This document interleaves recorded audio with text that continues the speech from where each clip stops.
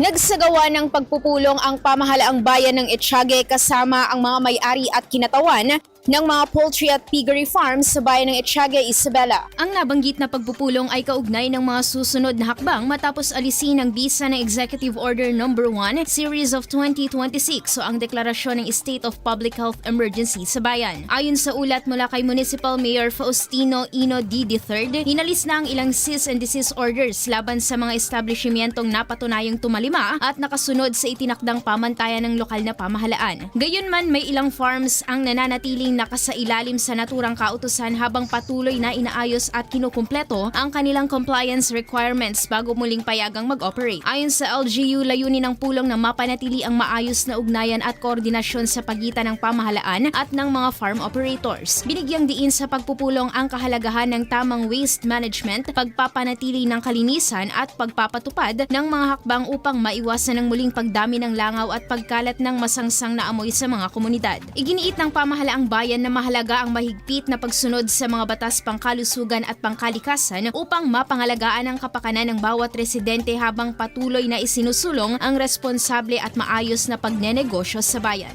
Para sa IFM News, ako si Idol Zaira Contapay. Idol!